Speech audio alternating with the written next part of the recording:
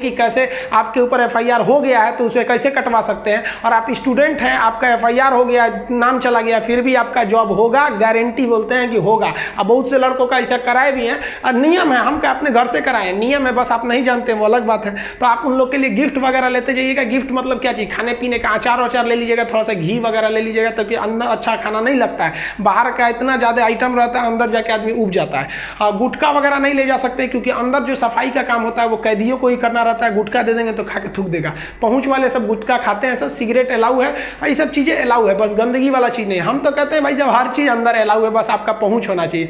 अगर आपके पास पैसा और पहुंच है ना, तो जेल और बाहर में कोई खास फर्क नहीं समझ में आएगा। ऐसे नॉर्मल वालों के लिए सारे नियम कानून है। अब मिलने का मतलब ये नहीं कि डेली डेली मिलने जा रहे हैं, हफ्ते में आपको 3 बार ही मिलने दिया जाएगा। और बड़ा अपराधी है तो 2 बार, कई को तो हफ्ता में 1 बार अलाउ करता है। और कुछ ऐसे भी अपराधी रहते हैं बहुत खतरनाक, उनको अलाउ नहीं करता है मिलने। तो ऑन एन एवरेज आप हफ्ते में 3 बार किसी जाके मिल सकते हैं। 15 से 20 रुपए की आपको रसीद लगेगी मिलने के लिए। जेल के अंदर स्टडी रूम होता है, वहां जाके आप आराम से पढ़ाई कर सकते हैं। लाइब्रेरी तो इतना अच्छा होता है कि उतना अच्छा इसे आपको नॉर्मल लाइब्रेरी नहीं मिलेगी। आप वहां से अंदर जाके पढ़ाई भी कर सकते हैं। इग्नू से आपको सर्टिफिकेट दे दिया जाएगा, आपका एग्जाम वगैरह भी होगा, आप वहां से पढ़ाई कर सकते हैं। सो जो आप बाहर में पढ़ाई नहीं किया मार काट करके अंदर जाएगा, लेकिन हाँ हम उसमें पढ़ते हुए भी देखे हैं। जेल के अंदर हर एक कैदी को खुद ही काम करना होता है, क्योंकि अंदर सिपाही कम रहते हैं। मार धार करिएगा, खूब पिटा जाइएगा ना, तो आके छोड़ा देंगे सब। अंदर शांति से रहना चाहिए। अंदर भी, जेल के अंदर भी ना ग्रुप होता है, वो उसके ग्रुप का है, वो उसके ग्रुप का है। अगर आपको ज़्यादा दिन तक रहना है तो ग्रुपबाजी समझ जाइएगा, ना तो कुटा के आएंगे। उसमें क्या होता है, माली का काम होता है। जो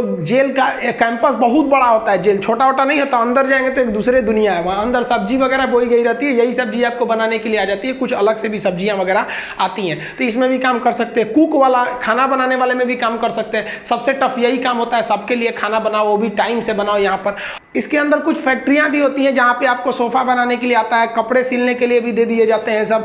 और जो होली में जो गुलाल लगाते हैं अबीर, वो भी इसके अंदर पीस के बनाना रहता है। कई सारे काम होते हैं, लेकिन ये जो काम वाला डिपार्टमेंट है ना, फैक्ट्री वाला डिपार्टमेंट, ये उसी को दिया जाएगा जिसको कोर्ट ने सजा सुना दिया है। लेकिन अगर कोर्ट ने आपको सजा नहीं सुनाया, अभी आप पर मुकदमा ही चल रहा है, तो इस पे नहीं देंगे सब, आपको ये सब हल्का हल्का काम कराएंगे सब। इस काम के बदले आपको पर डे का 20 रुपया मिलता है, यानी महीने के आपको टोटल 600 रुपये मिलने वाले हैं। आपको काम करना पड़ेगा। अगर आप काम नहीं करिएगा तो बदले में आपको एक बार पैसा देना पड़ेगा। ये पैसा पर मंथ नहीं लगता है, एक बार जाइएगा तो जेलर पूछेगा काम कीजिएगा कि पैसा दीजिएगा।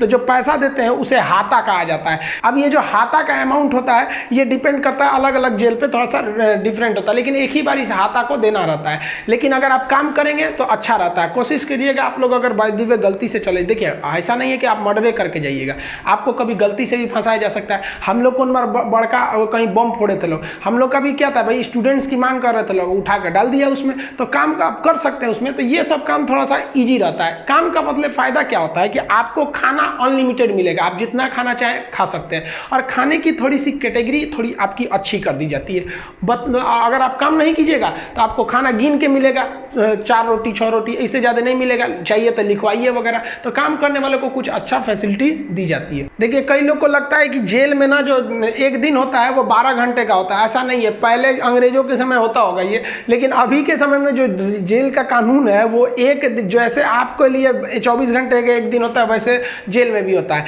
अब कुछ लोग कहते हैं किसी को 10 साल की सजा हुई तो 5 साल में आ जाएगा, ऐसा फिल्मों में भी होता था पहले का ही तब। लेकिन अभी के समय में अगर आपको 10 साल की सजा हुई तो 10 साल बाद निकलेंगे, यानी आपके लिए भी दिन जो है वो 24 घंटे का ही है। और दूसरा, कुछ लोग को लगता है कि उम्र कैद में आदमी 14 साल में छूट जाता है। देखिए उम्र कैद का मतलब होता है कि आपको जिंदगी भर जेल रहना, आजीवन कारावास रहना है। ये 14 साल की बात क्या है कि जज ने अगर आपको सुना दिया कि आपको उम्र कैद की सजा है, तो संविधान में लिखा गया है कि अनुच्छेद 72 के तहत तथा अनुच्छेद 161 के तहत, अनुच्छेद 72 के तहत राष्ट्रपति और 161 के तहत राज्यपाल आपकी सजा को माफ कर सकते हैं। तो ये जो 14 साल का थ्रेशोल्ड बनाया गया है कि राज्यपाल और राष्ट्रपति जो है ये उम्र कैद को 14 साल से पहले नहीं माफ कर सकते हैं। तो बहुत से ऐसे लोग होते हैं जो 14 साल जेल बिता देते हैं ना, तो ऐसा कहा जाता है कि 14 साल तक किसी को समाज से अलग कर दीजिएगा तो नॉर्मल व्यक्ति जो छोटा मोटा गुंडा है उसका बाकी सबसे संपर्क टूट जाता है, तो उसे माफ कर दिया जाता है। तो जनरली 14 साल में छूट जाते हैं। वो छूटते नहीं है, बल्कि राष्ट्रपति या राज्यपाल माफ कर देते हैं कि चलो यार गलती, बहुत बार तो अपराध आवेश में आके हो जाता है, लेकिन ऐसा नहीं है कि सबको छोड़ देता है। कुछ कुछ एकदम शातिर अपराधी होते हैं, उन्हें नहीं छोड़ा जाता है। तो ये 14 साल मिनिमम है कि आपको इतना रहना ही है, इसके बाद राष्ट्रपति या राज्यपाल माफ करेंगे तब समझिएगा। अब एक चीज़ देखेंगे कि जब जज जो होता है जब फांसी की सज़ा सुनाता है तो दो चीज़ें इस पर ध्यान दीजिएगा। फांसी की सज़ा सुनाने के बाद वो स्याही को कलम को तोड़ देता है, वो इस बात का संकेत है कि अब हम आपके ये जो फांसी की सज़ा सुना दिए हैं ना, हम जज होने के बावजूद भी अब इसमें कुछ बदलाव नहीं कर सकते, यानी ये कलम अब मेरी किसी काम की नहीं रहेगी, क्योंकि हम ये कलम रहने के बावजूद आपकी सज़ा में अब कुछ चेंजिंग नहीं कर सकते। इसलिए जज को बड़ा सोच समझ के फांसी की सज़ा सुनानी पड़ती है और तोड़ देता है। ये तोड़ने की प्रक्रिया एक संकेत है, ऐसा नहीं है कि उसमें तो दूसरा कलम से नहीं लिख देगा, ये केवल एक दिखाने के लिए संकेत होता है। कैसे दुल्हा जाता है तो एक परछावना होता है उसका, वैसे एक तरह से समझिए तो ये। और इस पे लिखा जाता है टू हैंग टिल डेथ, लटकाओ तब तक जब तक मर न जाए, क्योंकि इतिहास में एक बार घटना हुई थी, एक जज साहब ने फैसला सुना दिया था कि इस अपराधी को फांसी पर लटका दिया जाए। अब जब उसे लटकाया गया तो कहा जाता है कि वकील जो था वहाँ पे ऑब्जेक्शन कर दिया कि लटका दिए, अब हटा दीजिए, क्योंकि आपने ये कहा है कि लटकाया जाए तब तक जब तक ये मर न जाए। अब तो लटकाने का फैसला दिए तो फांसी पर लटक गया, आप जल्दी उतारिए। इस तरह की एक कई सारे पहले के मिथ हैं। अब इसके 100% सत्यता की हम गारंटी नहीं लेते हैं, क्योंकि ऐसी कहानियाँ बहुत हैं। तो वो लिख देता है कि हैंग टिल डेथ, तब तक लटकाइए जब तक ससुरा मर नहीं जाता है। तो फांसी की जब सजा दी जाती है तो जल्लाद जब सजा दे देता है तो वहाँ एक मजिस्ट्रेट रहते हैं, एक डॉक्टर रहता है और जेल सुप्रिटेंडेंट रहता है। फांसी पे लटके ही रहिएगा, डॉक्टर चेक करेगा, ससुरा अभी बचल है, छोड़ दो, अभी 10 मिनट और छोड़ दो।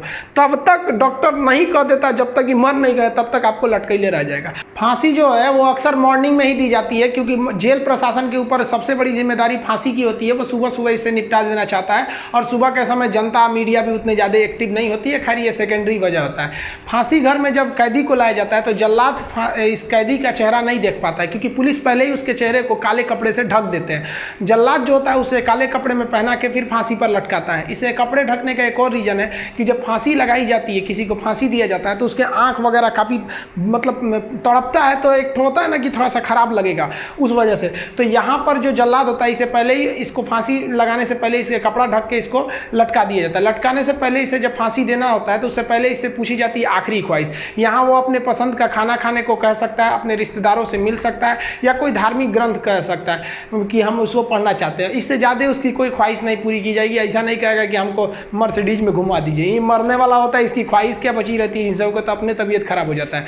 जब इसके कपड़े में जल्लाद जब फांसी देने जाता है तो इसके कान में कहता है कि मुझे तुम माफ़ करना, मतलब ये हमारी ये तो मजबूरी थी, भगवान के लिए मुझे माफ़ कर दो, या अल्लाह के लिए मुझे माफ़ कर दो, तुम्हें अपने भगवान का वास्ता, जिस धर्म का ये अपराधी है। क्योंकि भाई इसमें कैद ये जो जल्लाद का है इसका क्या दिक्कत है, इसको तो जज ने जो आदेश दिया वो इसको पालन करना है। फांसी के बाद इसके जो बॉडी होती है वो पोस्टमार्टम के लिए भेज दिया जाता है, फिर घर वालों को दे दिया जाता है। आप जिस धर्म के हैं उस धर्म के हिसाब से इनका अंतिम संस्कार आप कर लीजिए। आई होप आप जेल मेनू समझ गए होंगे। नेक्स्ट वीडियो में बता देंगे कि फर्जी FIR से कैसे बचा जा सकता है। मिलेंगे नेक्स्ट